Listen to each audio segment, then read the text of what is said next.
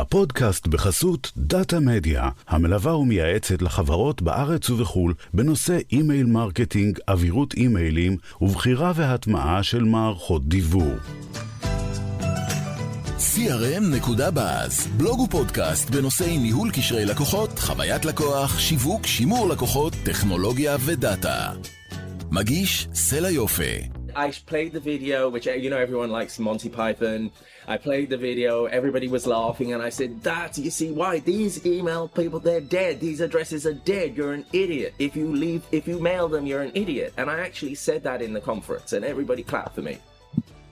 And not only did they just clap for me, but they complete agreement, etc., that yes, these people are dead and we shouldn't mail them. I even said jokingly, hey, and guess what? If you do that, you improve your open rate because you're not mailing people who are not responding, and so it's a cheap way to look good, right? So I started where everyone else was. What made me change? אתם על CRM.buzz. ועכשיו?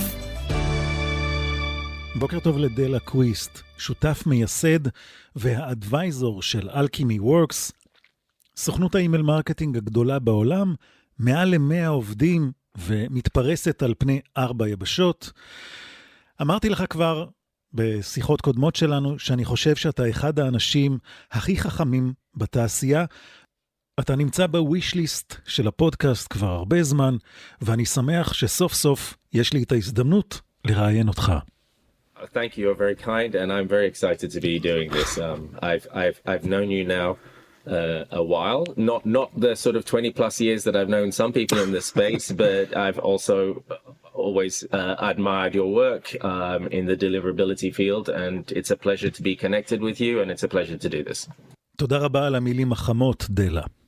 אני מתחיל בדרך כלל את הפודקאסט עם מין שאלת אווירה שיש לה שני חלקים. חלק הראשון הוא איך הגעת לעסוק באימייל, והשני, מכיוון שאתה עושה את מה שאתה עושה כבר כל כך הרבה שנים, למה אתה אוהב אימייל מרקטינג?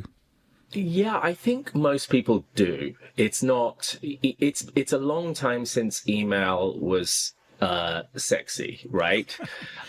I would argue that it's never been sexy. So you fall into email out of necessity because it's so efficient, it's so compelling, it's so effective that you find yourself just doing it. So my background kind of would lead to understand how I got into it. I started out in publishing. Mm-hmm. Right? I started in magazines, tech magazines, Computer World, PC World. Remember those kind of magazines? Sure. If you're old enough to do that. And then I went to work for a national newspaper because tech was becoming sexy and the PC was beginning to dominate the world, and so the national newspapers, the Times of London, decided they wanted to have a technology section, and I was brought in to help to sell advertising in the technology section. Mm-hmm, mm-hmm. So my clients were effectively the marketers of tech companies who wanted to reach IT people and persuade them through an ad in the page to buy the product. And so I was fortunate enough to, I always had you said it before, I wouldn't say I'm intelligent so much, but I have a slightly differential way of thinking. I go to places that others don't. As soon as everybody is somewhere, I'm going, I'm not so sure about this. And because certainty, the world is not black and white, it's just gray, okay? And certainty is a dangerous place in my view. So what I noticed was that the magazines that carried the most advertising tended to be the ones that were most read. I won't go into which was the chicken and which was the egg, but that's kind of what happened. And what I noticed is that if you are a tech magazine and you have 150,000 programmers reading your magazine, more people will want you than if you've got 10,000 programmers reading your magazine, all things being equal. Mm-hmm. You can play the quantitative argument versus the qualitative argument versus the quantitative. But when it comes to reach, more is more. There's no thinking about it. So I visualized my job as placing an advertisement on the interface between the programmer and the advertiser, okay? And that interface was a page. Yeah. And what brought you to the page was content, a very important point. Yeah. So if you had good content and you had a big audience, more people would read, more people would see the advertisement, and therefore more people would respond to the advertisement and buy. Mm-hmm. So when the internet came about and started happening, I was like, oh my God, the interface has become interactive, right? And I just was like, this is amazing. Yeah. So I was one of the first people to even contemplate, from our safety of publishing, we're big guys, you know, we make lots of money, you know, blah, blah, blah, to this new frontier, which was the internet. אני חושב שהרבה אנשים נופלים, כמו שהם אומרים, לתוך אימייל, בגלל שאימייל אף פעם לא היה סקסי, אבל כל כך יעיל שאתה מוצא את עצמך פשוט עושה את זה. הרקע שלי הוא בפאבלישינג, במגזינים כמו Computer World, PC World, אם אתה זוכר היה פעם כזה דבר. אחר כך עברתי לעבוד בטיימס של לונדון. הם רצו להקים מדור טכנולוגי, ואני נקראתי כדי למכור שם פרסום, שקהל המטרה שלו היה מהנדסים ואנשים טכניים. החמאת לי שאני חכם, אני חושב שפשוט יש לי גישה אחרת והסתכלות שונה על הדברים. מה ששמתי לב אליו הוא שהמגזין שמכר הכי הרבה פרסומות זה המגזין שהיו לו הכי הרבה קוראים. אני לא יודע מה קדם למה, הביצה או התרנגולת. אם היה לך תוכן טוב וקהל גדול יותר של אנשים ראו את הפרסומות, הם קנו. כשהאינטרנט התחיל, כמובן שהתרגשתי מזה, ומהאפשרויות שהוא הציע, כשהדף המודפס הפך להיות דינמי.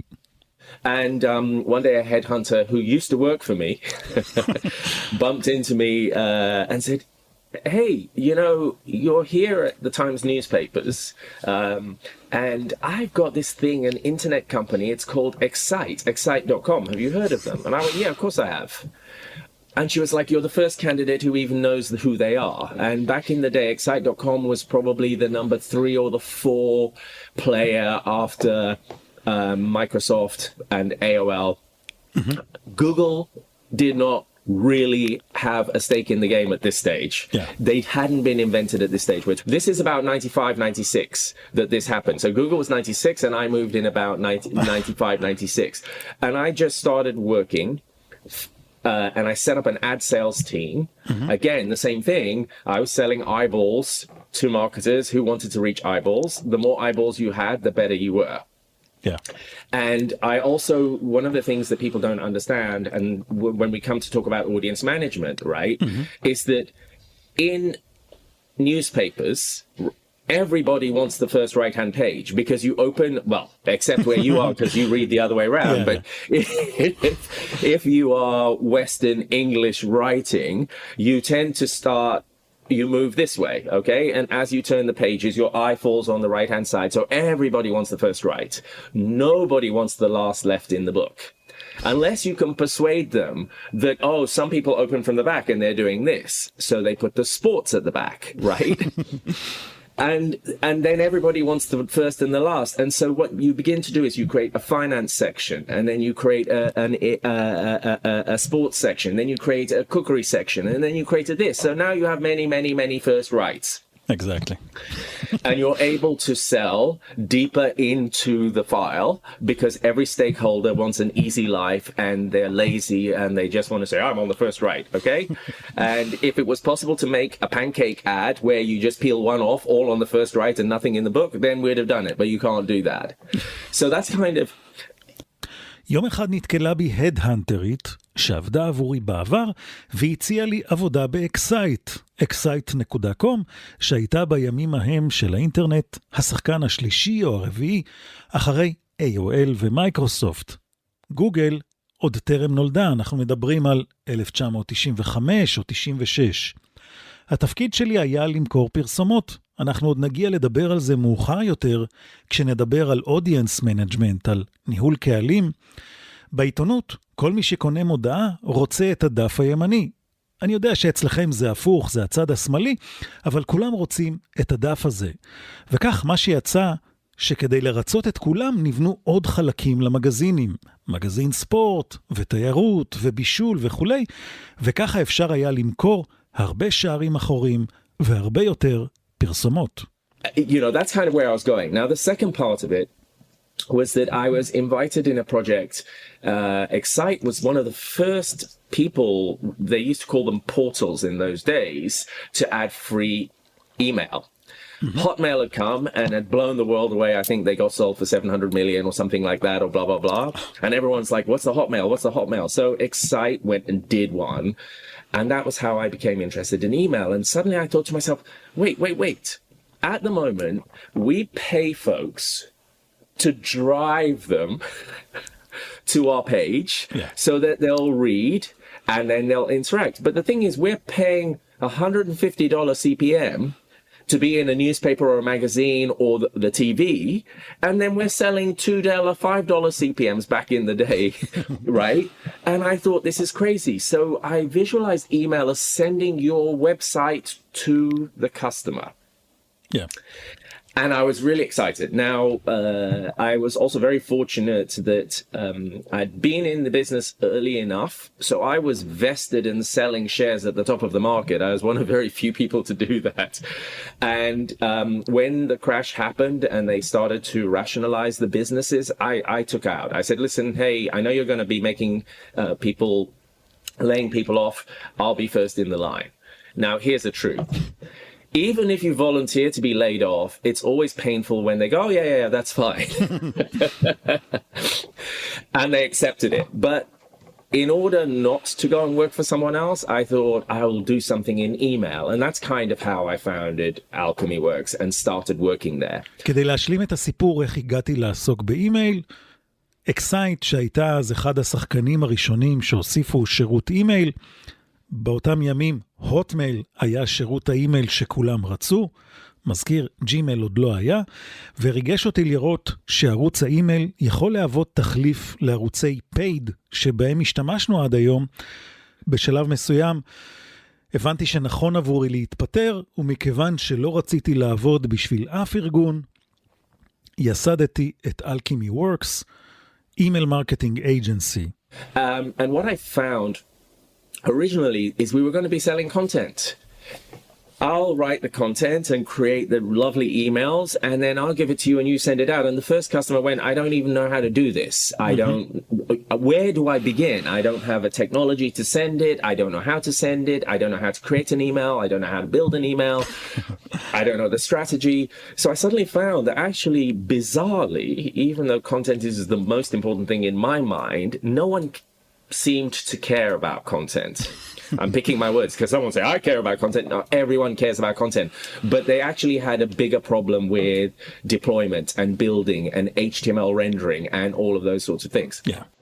And that's how Alchemy Worx came about. המחשבה הראשונית הייתה שאנחנו נציע ללקוחות שלנו שירות של בניית התוכן, שהוא אחד הדברים החשובים באימייל.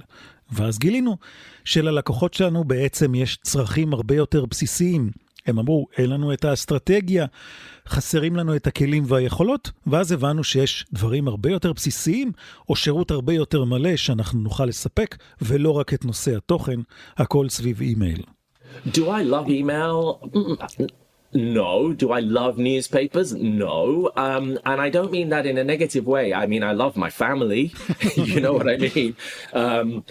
And I loved my job and the job of running an agency, okay, because you're bringing people, you're nurturing people, and that's one of the things I'm most proud of is it's in the hundreds now of people who have started work for me, many of them straight out of college, who have gone on to do amazing things all over the world and in different things in marketing, sometimes not marketing, sometimes setting up their own business. That I enjoyed. I also enjoyed not reporting to anybody. That was probably the best thing, is not having to report to anybody except myself and you know, and God. That's it. I know nobody else but me and God. That's who I report to. But I also understood that, you know, email is actually quite a precise pond. It's quite a small, very well-defined pond. And I'm lazy. And it's so much easier to be a medium-sized fish in a very small pond and look big than it is to be a big fish in the middle of the ocean, right? Because there you have to be really big. So I'm being a little bit self-deprecating, but I just found that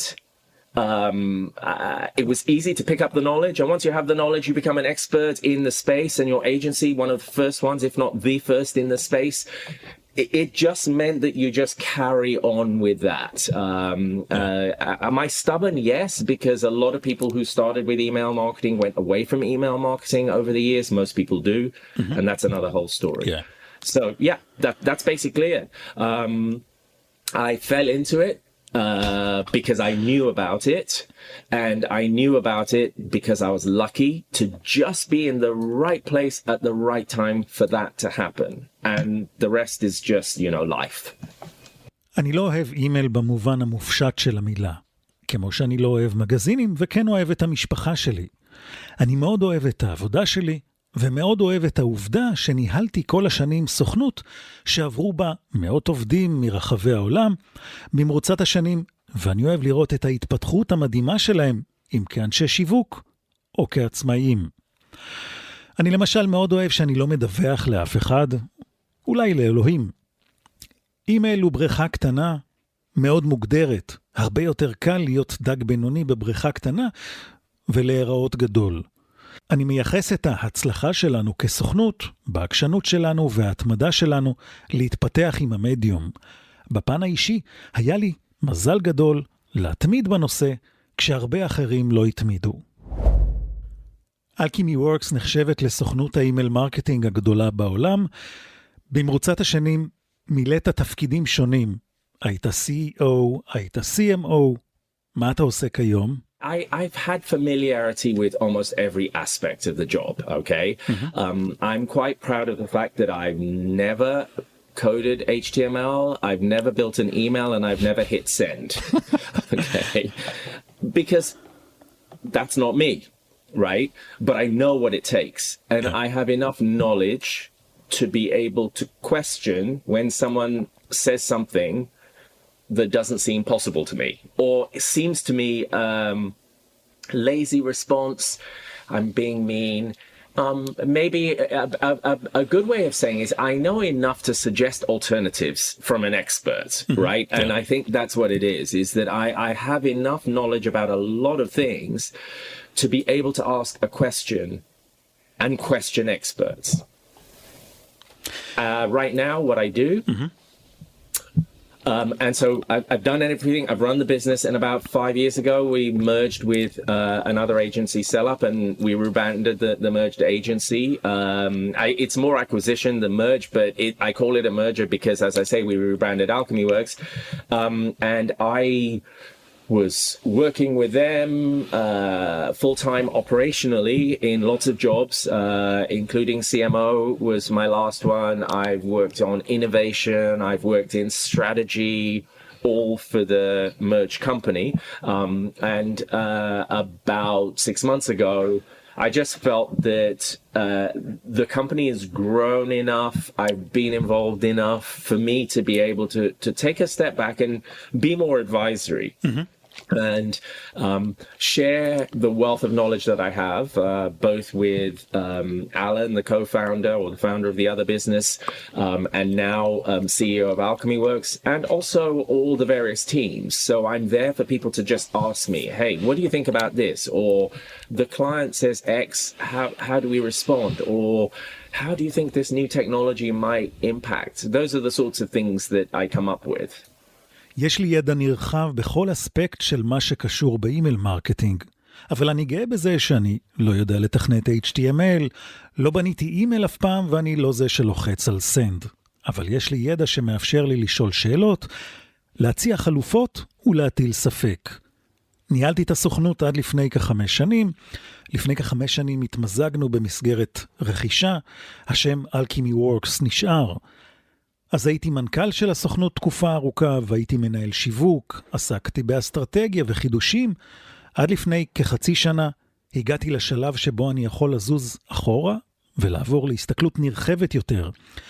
אלן לוי ממנכ"ל את הסוכנות, ואני פנוי לעסוק בייעוץ, חידושים ולהציע מניסיוני הרב. יש לך רפיוטיישן של מי שמערער על הסטטוס קוו ועל ה-best practice. אז כשמישהו אומר לך, תמחק מהדיבורים נמענים לא פעילים, אתה תגיד לו, don't be stupid. Or do be smart. נדבר אחר כך על מה זה don't be smart, don't be stupid וההשטג DBS. תוכל לומר לנו מהניסיון שלך, מה נכון לעשות עם נמענים לא פעילים? האם באמת צריך למחוק אותם? I know it's a big topic, so...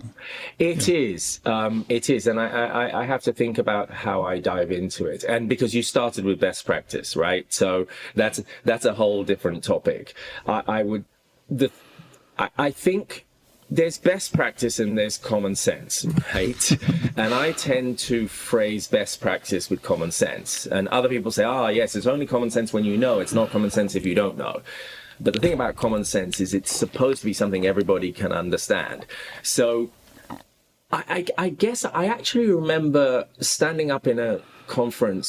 It was a Silver Pop conference in 2008. Okay. And I like to be amusing when I'm speaking at a conference already and everything like that. And I actually quoted the Monty Python sketch about the dead parrot. And I played the video, which, you know, everyone likes Monty Python. Yeah. I played the video, everybody was laughing, and I said, you see why? These email people, they're dead. These addresses are dead. You're an idiot. If you mail them, you're an idiot. And I actually said that in the conference, and everybody clapped for me. And not only did they just clap for me, but they complete agreement, etc., that yes, these people are dead and we shouldn't mail them. I even said jokingly, hey, and guess what? If you do that, you improve your open rate because you're not mailing people who are not responding, and so it's a cheap way to look good, right? Yeah, it is. So I started where everyone else was. אנחנו נדבר על best practice. אני רואה כ-best practice משהו שקשור ב-common sense, בהגיון הבריא. אני זוכר שב-2008, אומר לי דלה קוויסט, עמדתי ודיברתי בכנס של סילבר פופ, היום קוראים להם אקוסטיק. אני אוהב לשעשע כשאני מדבר, וציטטתי את המערכון של מונטי פייתון על התוכי המת. ניגנתי את הסרטון, שכולם אוהבים, כולם צחקו, ואמרתי, אתם מבינים בדיוק אותו דבר באימייל. נמענים לא פעילים, הם מתים. הכתובות האלה מתות. אתם אידיוטים אם אתם מדברים אליהם. כולם מחאו כפיים, ולא רק שמחאו לי כפיים, הייתה הסכמה מקיר לקיר סביב הנושא. אפילו אמרתי בצחוק, היי, נחשו מה, אם אתם עושים את זה, אתם משפרים את אחוזי הפתיחה של האימיילים, כי אתם לא שולחים לאנשים שלא מגיבים, זו דרך זולה להיראות טוב. What made me change? What made me change was we actually had a client who was a very big UK TV station, with a very large sports network. And they had a list of millions of people who we were helping them with their email marketing and receiving them, sending email to. And this client was persistently sending to their inactive file. They refused any advice we gave them to remove the inactives. And I went, you're idiots. I will prove this to you on my dollar. Okay? So I took their list and I separated it into 3 buckets, one point in time. Bucket number 1 has not opened an email for 12 months. Okay. Okay. Bucket number 2 has opened an email in 12 months. And bucket number 3 was empty. Okay. Okay. So what I did was I continued to mail them. So every time someone activated, I moved them from bucket number 1 to bucket number 2, right? And anyone who came out of bucket number 2, because they're now 12-month inactive. So some of them were 11 months and 29 days inactive. So every day someone's moving. I put them in the empty bucket. I wanted to see. I ran that for 4 years. Okay. Okay.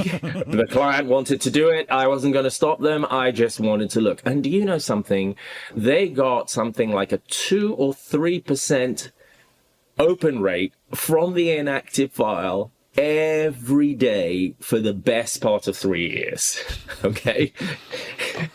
So I'm talking about people opening an email who have not opened for 3 years. Yeah. And yet 3 years down the line they open. Now they're active and they're in the active bucket. מה שגרם לי להשתנות הוא לקוח שלנו. תחנת טלוויזיה גדולה מאוד בבריטניה, עם רשימת אימיילים גדולה מאוד של כמה מיליונים, ששלח בהתמדה אימיילים גם לקובץ של הלא פעילים. הם לא הסכימו לקבל שום עצה שלנו לפעול לפי התפיסה המקובלת, לא לדבר ללקוחות שאינם פעילים. החלטתי להוכיח להם שהם אידיוטים, ממשיך דלה קוויסט. מה שעשיתי זה לקחתי את הרשימה וחילקתי אותה ל3 דליים. דלי מספר 1, לא פתחו אימיילים ב-12 החודשים האחרונים. דלי מספר 2, פתחו אימיילים ב-12 החודשים האחרונים. דלי מספר 3 היה דלי ריק. כדי להעמיד אותם על טעותם, המשכתי לשלוח אימיילים כמו שהם רצו. כל פעם כשנמען לא פעיל הפך לפעיל, העברתי אותו מדלי מספר 1, הלא פעילים, לדלי מספר 2, הפעילים. וכל מי שיצא מדלי מספר 2, שמתי אותו בדלי הריק. ניהלתי את המעקב אחר 3 הדליים האלה במשך 4 שנים. הלקוח שלי קיבל משהו כמו 2 או 3% פתיחה באופן קבוע מהקובץ של הלא פעילים במשך תקופת הניסוי, כ4 שנים כאמור. לקוחות שלא פתחו אימייל במשך 3 שנים פתאום חזרו לפעילות. זו הייתה מבחינתי התחלת ההבנה של התנהגות נמענים לא פעילים. That was the beginning of me trying to understand this.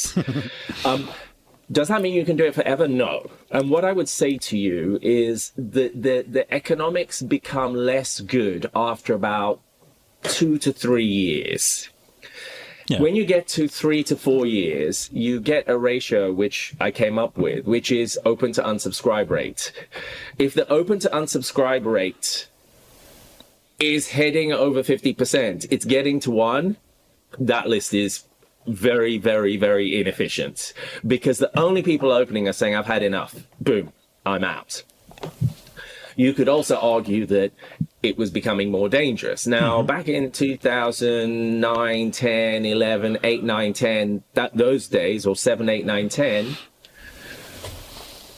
maybe deliverability wasn't so difficult, but people were making it sound difficult. Maybe deliverability, but I think deliverability has always been... Some people have problems, some people don't. And if you have people and you start with a clean list and you mail something and the people signed up for your list, you know, they're not so aggressive on the spam folder. And maybe back then the algorithms at the inbox providers were not so good.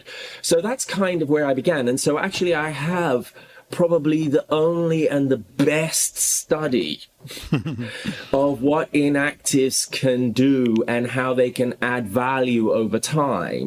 And I stopped looking at things like, revenue per 1,000 emails sent or open rates for those lists. I started saying, how many new people did I activate, right? Reactivate. And how much would it have cost the client to acquire them in another channel? אני יכול לומר שהכדאיות הכלכלית של זה נשחקת עם הזמן והופכת לפחות טובה אחרי כ2-3. המצאתי מדד שבחן את היחס בין פתיחת אימיילים להסרה מדיבורים, Open to Unsubscribe Rate, אם שיעור הפתיחה להסרה עולה על 50% ומתקרב לאזור ה-1, זה אומר שהרשימה הזו מאוד מאוד לא יעילה. כי כל אלה שפותחים את האימיילים עושים את זה רק כדי להסיר את עצמם מהרשימה, אתה יכול לומר שזה גם האזור המסוכן יותר מבחינת אווירות. יש לי, אומר דלה קוויסט, כנראה את המחקר היחיד והטוב ביותר של ערכם של נמענים לא פעילים וכיצד הם יכולים להוסיף ערך לאורך זמן. הפסקתי להסתכל על דברים כמו הכנסה ל1,000 אימיילים שנשלחו, revenue per email, או אחוזי פתיחה עבור הרשימות האלה. התחלתי לבדוק כמה אנשים חדשים הצלחתי לעשות להם reactivation, להפעיל אותם מחדש, וכמה היה עולה ללקוחות שלי לרכוש את אותם הלקוחות בערוץ אחר. Yeah. And here's the irony. Many people will pay Google, Facebook, Twitter, TikTok large amounts of money to reach someone that they have an email address for. Okay? Right. And who they're refusing to mail. And so we'll get into it later on. And so the idea that you don't see the email, I will dispute and I'll come back to in another way. So my whole thing about inactives came because I thought the client was stupid. I wanted to prove them wrong. I could not prove them wrong. And no one has ever been able to prove that idea wrong unless hashtag do be smart, hashtag don't be stupid, unless you do something stupid. And my view, and I've said this consistently, I've said it to you before. Yeah. If you start with a clean list of opted in people properly, right? Mm-hmm. And you follow best practice, you see you can, and best practice in deliverability is what I call common sense, DKIM, SPF, don't buy lists, don't do, you know what I'm saying, that sort of stuff. Mm-hmm. And you don't stop mailing someone for a year and then suddenly mail 1 million of them, again, hashtag DBS. You can mail your inactive file safely because in actual fact it's not an inactive file, it's just a segment of people who respond at a lower rate, but when they respond, they immediately move from low value to extremely high value because now we know they're awake, we know what they did, we know what they clicked on, and all our behavioral stuff and AI stuff and all the smart stuff, it can only work on behavior you've seen. Mm-hmm. And my favorite thing is you can't engage someone you stop talking to. Yeah. Right? You can't engage someone you stop talking to. And dialogue, and by the way, all kinds of things. Wars happen because people stop talking to each other. Without dialogue, we're nowhere. And so the point about it is never to stop the dialogue, right? When you start from a safe place. If you didn't do that, and you are like everybody in the industry who has somewhere between, I'm going to be kind, 40% and 70% of their list have not opened for a year. It's generally, it's almost always over 50. 60 is a good marker. So most people have 40% active, 60% inactive regards to recent opens, okay? Mm-hmm. And if, that's a big chunk of the list. And as a segment, it's actually the most valuable segment. In terms of potential and revenue, it's also the segment that reduces your acquisition costs because you're no longer so reliant on acquisition and you're not paying for people you already know. Mm-hmm. And that's kind of it. הנה האירוניה, בכל תוכנית אימייל מרקטינג נורמלית, כמעט תמיד בין 50% ל-70% מקובץ הנמנים נראה לא פעיל במערכת הדיבור. הרבה מאוד משווקים עוברים לרכישה ותרגות קהלים בערוצי פייד, כדי להגדיל כל הזמן את קובץ הפעילים. הם משלמים לגוגל, לפייסבוק, לטוויטר, לטיק טוק וכו', סכומי כסף משמעותיים כדי לטרגט לקוחות שיש להם כבר את כתובת האימייל שלהם ברשימת הלא פעילים, אבל הם נמנעים מלשלוח אליהם אימיילים.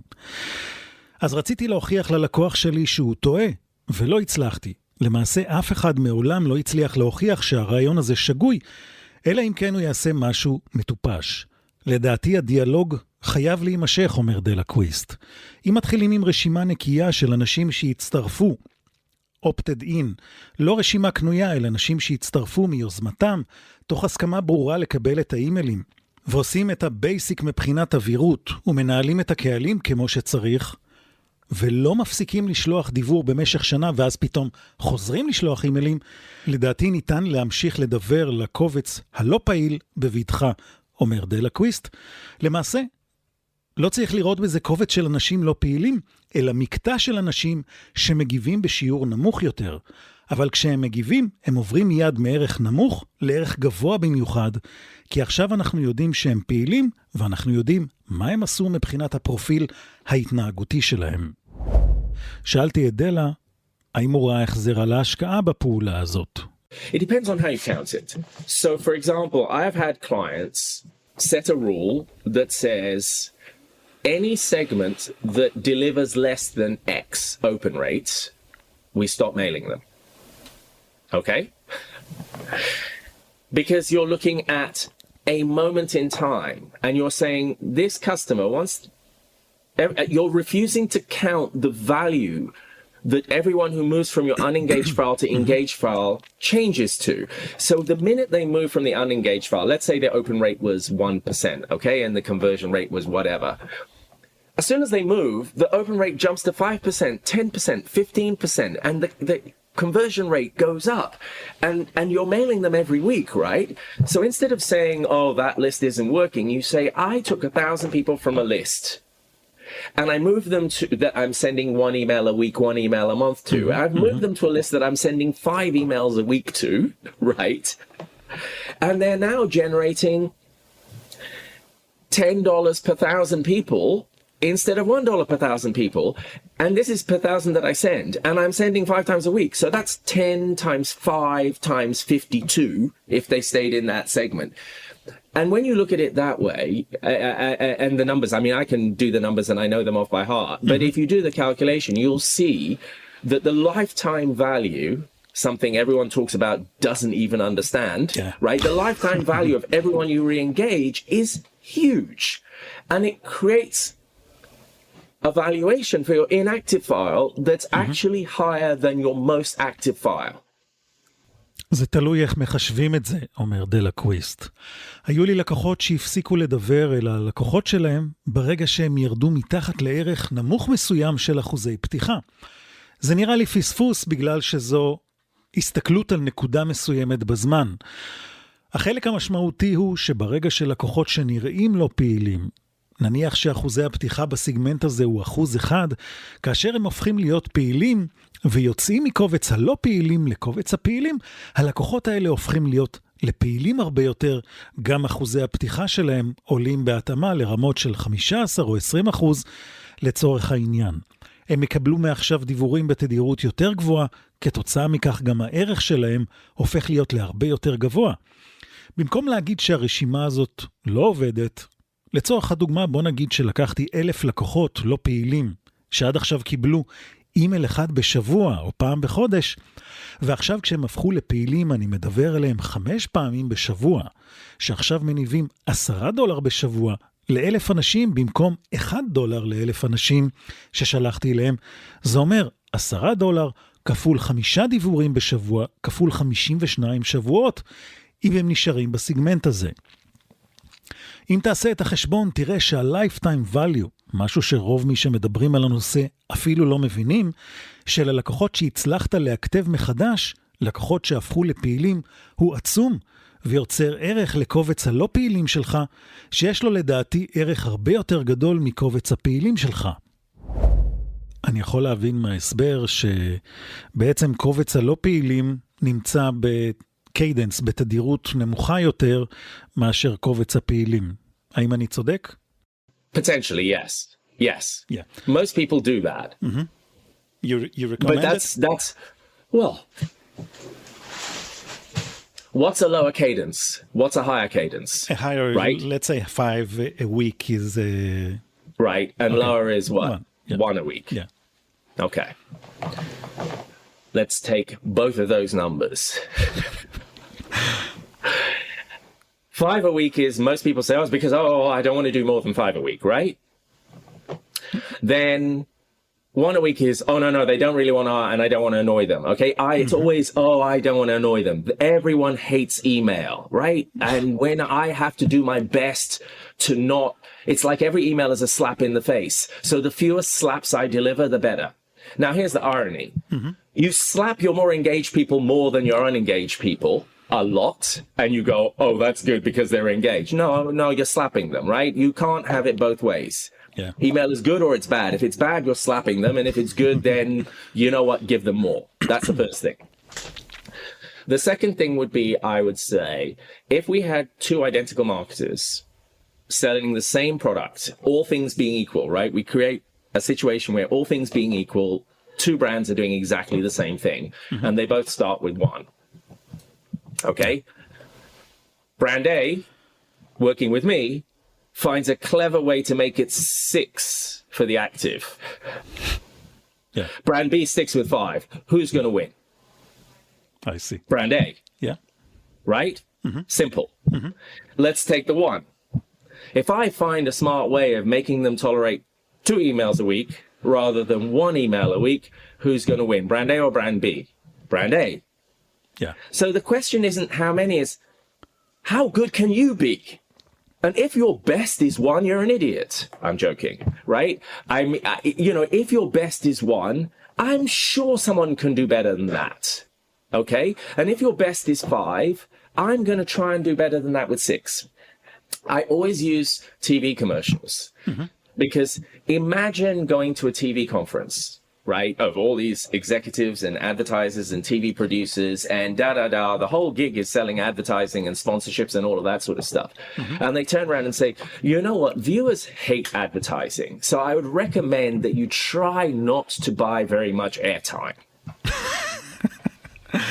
Or magazine. You know something, instead of buying 12 ads, 1 a week for 3 months, right, just buy 1. Nobody would recommend that because of reach and frequency. So, and my favorite one is Geico, because if you've been to America, you'll know Geico, the brand. How do I know Geico, the brand? Because they're on TV all the time. How are they on TV all the time? Because they advertise all the time, all the time, all the time. In the UK, Go Compare does the same thing. So these are insurance companies that come from nowhere to dominate everyone's thinking. But their ad didn't remain the same for 10 years. Yeah. They mix it up. They change it. They have a different one in the holiday season from here. They make jokes. They're in Super Bowl. They talk. They spend millions of dollars on creative to make their incessant advertising acceptable. But with email, no. All you can do is stop mailing. You can't be clever. You can't improve it. So I always say, sending more email, what you should be doing is constantly striving. To send 1 more. It doesn't have to be a week, it could be a month, right? It's still 1 more email, and that email has to be clever. So, another example I give you is Valentine's. My friend Lauren McDonald told me this, and it was a client of his from back in the day. They sold chocolate. It's Valentine's Day. Yeah. They set up a program to send 1 email an hour for 24 hours on Valentine's Day leading up to it, right? It was their best day ever. Did they just take the same email and mail it to everybody 12 times? No, they set up extremely complicated rules. If someone buys, do this. If they don't buy, then do this. If they open 3 times and don't do this, do that. That's what I call being smart. Hashtag do be smart. Yeah. זה נכון, רוב האנשים עושים את זה. האם אני ממליץ על זה? ובכן, מהי תדירות נמוכה ומהי תדירות גבוהה? נניח שתדירות גבוהה היא 5 פעמים בשבוע ותדירות נמוכה היא פעם בשבוע. בואו נסתכל על שני המספרים האלה. מדברים מסתכלים על תוכנית האימייל מרקטינג שלהם כאילו מדובר בסתירת לחי. הם לא רוצים להטריד את הנמענים שלהם, אבל אני חוזר אל הנושא שדיברנו עליו קודם. האירוניה היא שקובץ הפעילים מקבל הרבה יותר סתירות לחי מקובץ הלא פעילים. כלומר, התדירות הנכונה היא לא איזשהו מספר קסם, אלא כמה טוב אני יכול להיות. כלומר, אם דיברנו למשל על תדירות גבוהה כ5 פעמים בשבוע, ואני יכול לגרום ללקוחות לקבל 6 או 7 אימיילים, אני ארוויח יותר.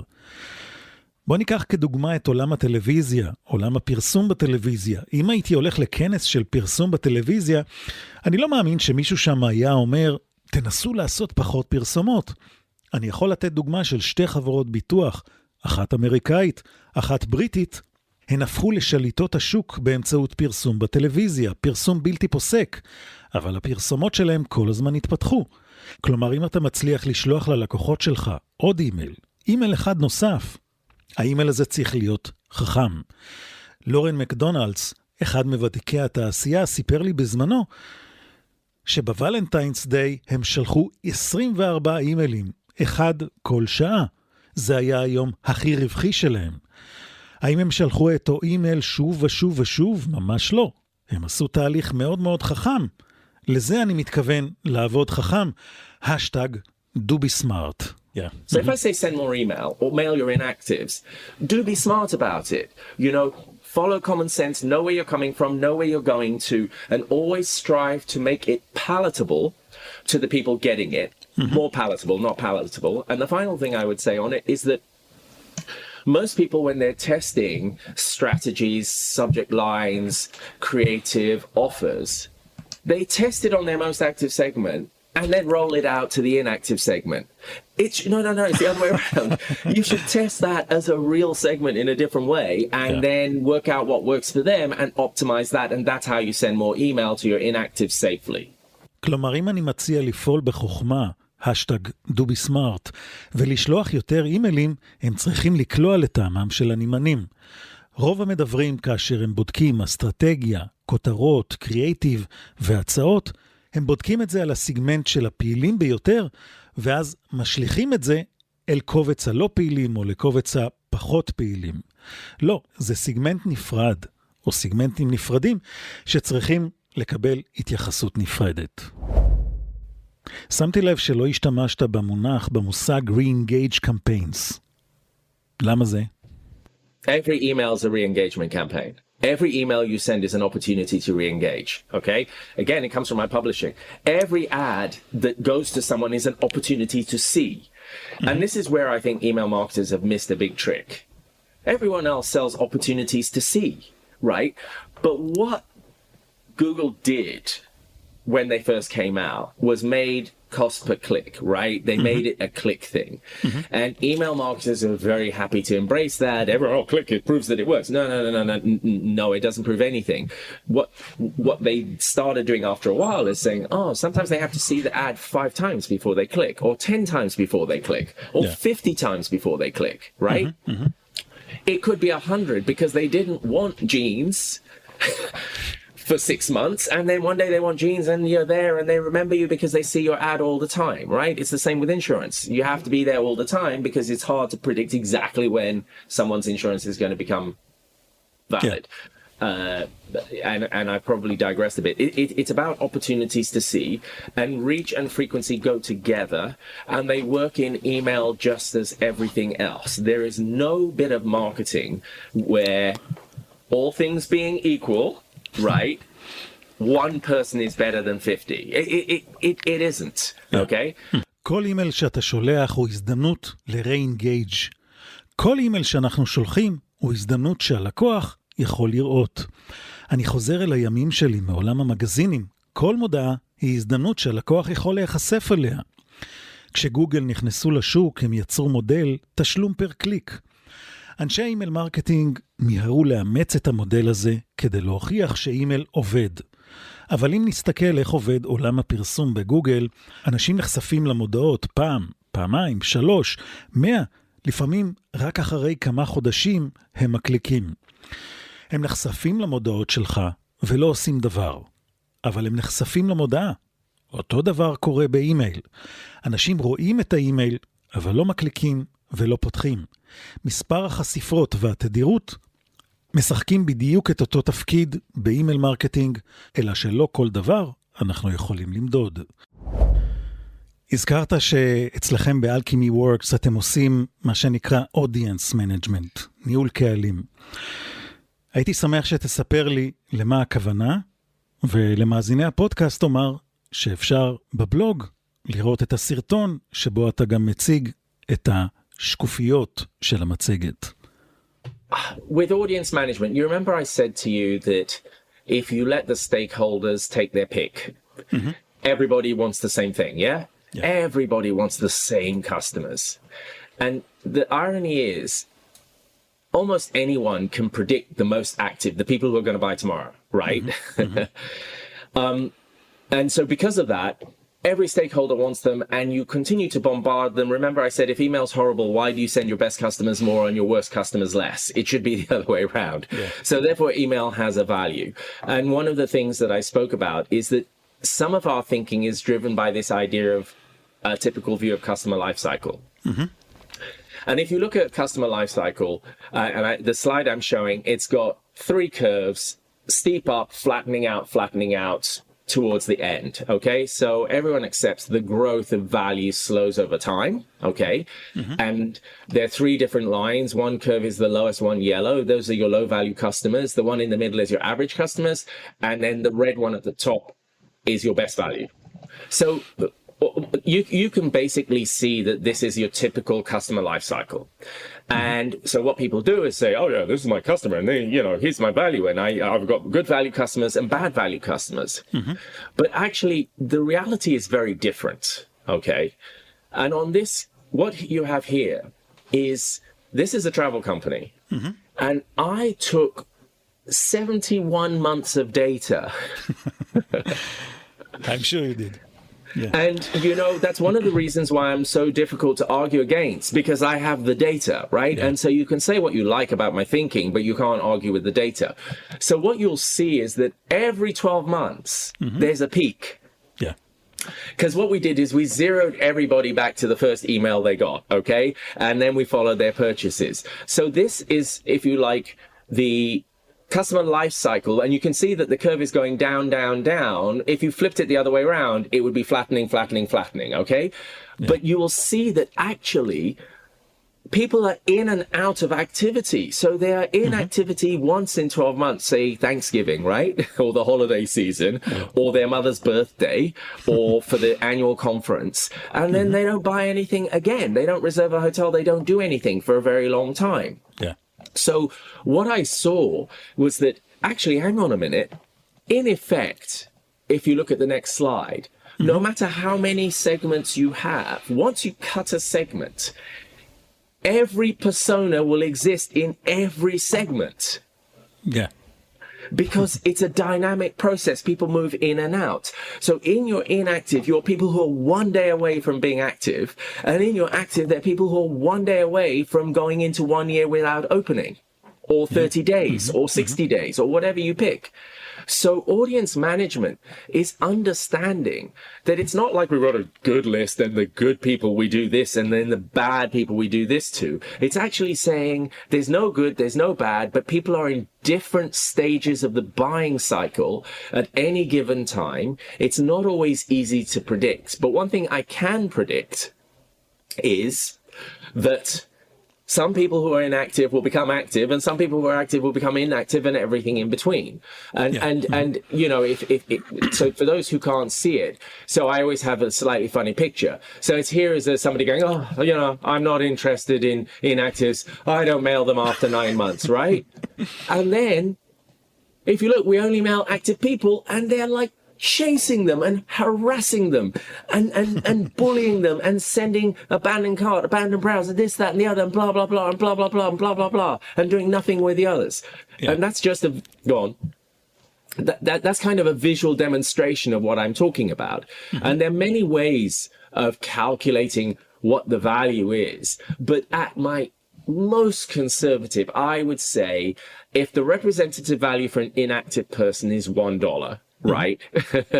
The representative value of an reactivated email address is between $2.50 and $7, right? Yeah.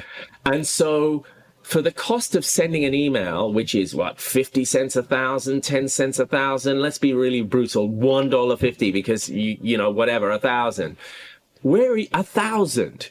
You tell me a place where you can make 1,000 people get something for a fraction of 1 cent using content you already made. I mean, it's not like you're making new content. You've already got it. You've got the offer and everything else. So that's kind of where it is. And it takes you to rethinking engagement, right? So when you're...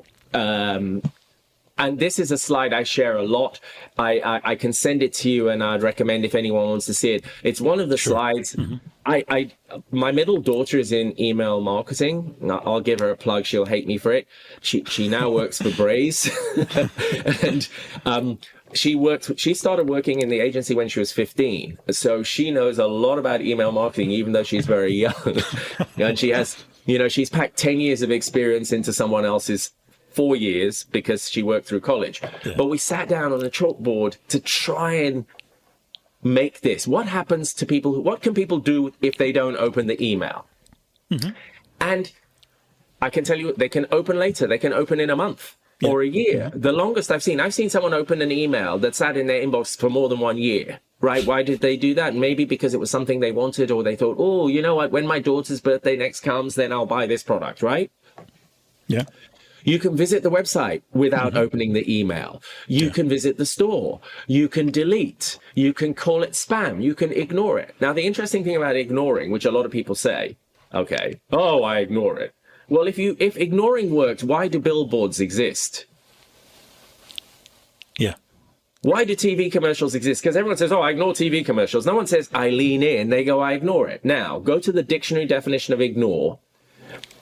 It says to willfully decide to not do something. In actual fact, to ignore an email, you're using your highest cognitive functions. Because if you ignore an email from your boss, or you didn't see it, or you ignored an email from your mom saying your aunt is dying, come and visit me, or you ignore an email, or you don't pay attention to an email that maybe is a spam or is a virus. So we actually use our highest cognitive functions even to delete. Right. Or to ignore. Or to ignore. Yeah. So imagine how effective that is in TV advertising and billboard advertising and newspaper advertising and everything else. They know that, and it's called brand building.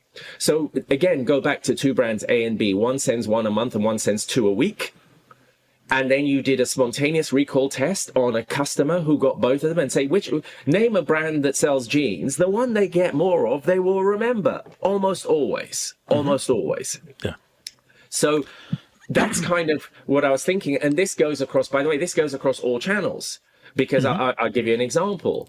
People who see your email in the inbox, didn't open it, go somewhere and they click on an affiliate link and now you're paying for them again, right? Or they go to search and they click on paid search and now you're paying for them again. So these are all things that they can do. And that's what audience management is about. Audience management is reducing the opportunity of people to go to another channel. But more importantly, what you're doing, and I'm showing two charts here, you start with a big unengaged file, 60% of your list. Yeah. Your goal should be, my unengaged file should only be 40% of my list by next year, or 50, maybe go 60, 55, 50, 45 until you can't do any better, right? And your engaged, which is only 40% of your list, you say, I want my engaged file to be 45%, 50%, 60%, 70%.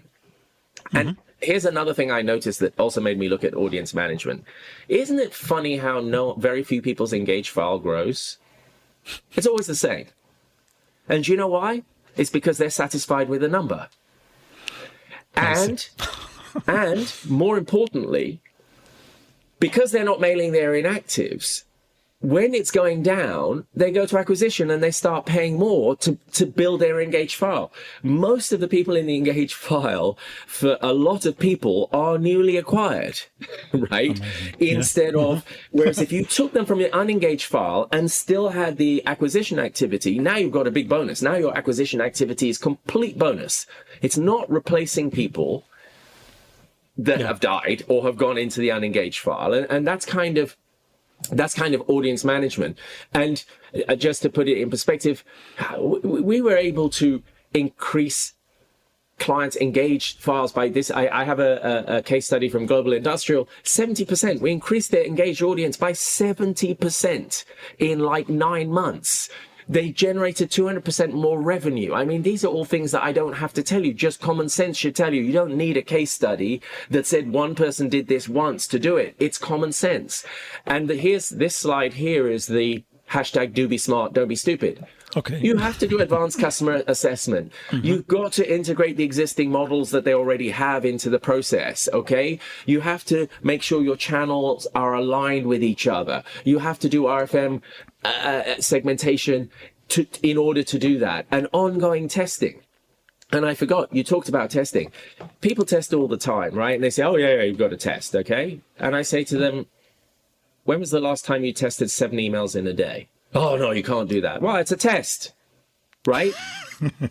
It's a test. Yeah. Or I say to them, here's a test. Don't mail anybody for 2 weeks. See what happens to all your business. Will they do that? No.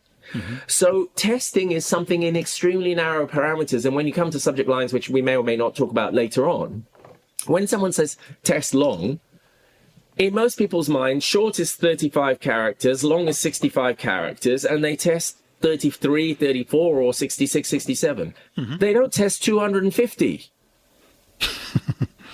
They don't test 3. they only test 3 when they make a mistake, like oops, right? Or out of office or something like that. So that's the point about it, is that we talk about testing, but no. You can only test in very, very narrow confines. And that's why almost everybody ends up with average results, because everyone's doing the same thing. And people talk about behavior, right? Mm-hmm. But they don't understand that marketers' behavior is what influences your customer behavior. And you have to look at yourself as much as, if not more than, you look at your customers. And you go, oh, well, maybe they don't respond to long subject lines because I never send long subject lines. Yeah. So that's kind of it. And I'm seeing if there's another slide that's worth talking about. No, I mean, this slide is just about testing. So one of the things is testing in audience management is critical, okay? The biggest wins come from reach and frequency, okay? Okay. So if you don't mail your inactives, or let's say you only let's say you don't mail your inactives and they're 70% of your list, okay? Okay. If you mail them, you're increasing your reach. Because instead of 400,000 people, you're now reaching 1 million people, okay? That's reach. Yeah. Frequency. If you're mailing them once a month and you double it, that's frequency. Reach and frequency together give you the biggest wins. Then subject lines, notifications, timing of sends, all of those things, those are good to test. And I've put a slide together that shows you the relationship between the effort versus the response. And at the bottom, with the best response at the bottom of the funnel, is design. But you do that when you've optimized everything else, okay? So if your engaged list is 400,000 or 100,000, right? And you design and optimize for 100,000 people, you would have less value than if that was 500,000 engaged people, okay? So it's not that it's not important. It's just that you save the best for last, okay? And you start with the easiest things. And I'm saying that not to upset designers. I'm not there. A lot of designers think, I don't think it matters. That's not the case at all. I'm just saying in England there's an expression, you're placing the cart in front of the horse. It doesn't work that way. You know, the horse has to lift and then the cart is behind. And when you optimize the cart, make sure that it's behind the horse and not in front of the horse. Yeah. And that's kind of where it is. So that's my thing on audience management. I hope that makes sense. And if you could, on your site or whatever it is, show people where they can look at some of these slides, it may help them understand what I was saying a little bit better. בכל רשימת אימיילים בריאה יש אנשים שנראים לא פעילים, שנמצאים רגע לפני שהם יהפכו להיות פעילים. ואנשים פעילים שעוד רגע יהפכו להיות ללא פעילים. זה לא שיש לנו רשימה של אנשים טובים ורשימה של אנשים פחות טובים, אלא שאנשים נמצאים לסירוגין במצבים שונים לאורך הבייר ג'רני. משווקים מתמקדים בלקוחות הפעילים בהתאם לנתונים שהם רואים במערכת הדיבור, וכתוצאה מכך הלקוחות הפעילים מקבלים את רוב הדיבורים ובתדירות גבוהה. במערכות הדיבור ניתן לראות רק חלק מהתמונה. הרבה פעמים אנשים שלא פותחים אימיילים יפתחו אותם אחר כך, לפעמים חודשים רבים אחר כך. אנשים שלא פתחו אימיילים יכולים לבקר באתר, הם יכולים לבקר בחנות פיזית, הם יכולים למחוק את האימייל, הם יכולים לדווח על ספאם, והם גם יכולים להתעלם. ההגדרה המילונית של התעלמות היא בחירה מודעת לעשות מעשה, כלומר להתעלם. יתרה מכך, התעלמות דורשת מהמוח האנושי להשתמש ביכולות קוגניטיביות ברמה הגבוהה ביותר, אומר דלה קוויסט, ונותן כדוגמה את שלטי החוצות או פרסומות בטלוויזיה. התעלמות מאימייל דורשת מהנמענים להפעיל שיקול דעת בקבלת ההחלטה להתעלם. לדבריו, כך עובד העיקרון של בניית מותגים באמצעות פרסום חוזר ונשנה. אם ניקח את זה לעולם האימייל מרקטינג, שני מותגים, אחד שולח אימיילים פעם בחודש, ואחר פעמיים בשבוע, ונעשה מבחן זכירות בקרב לקוחות שקיבלו את הדיבורים, הלקוחות תמיד יזכרו את המותג שדיבר אליהם יותר. בדיוק כמו שקורה בפרסום בטלוויזיה, התועלת הרבה באימייל מרקטינג תושג באמצעות הגדלת כמות החשיפות, הריץ', והגדלת תדירות החשיפות, הפריקנסי.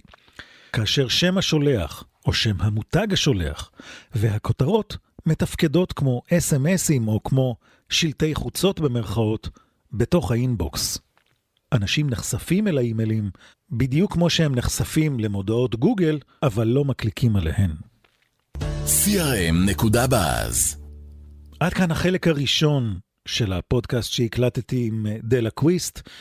בפרק הבא, בשבוע הבא, נדבר על כותרות משנה ועוד כמה וכמה נושאים.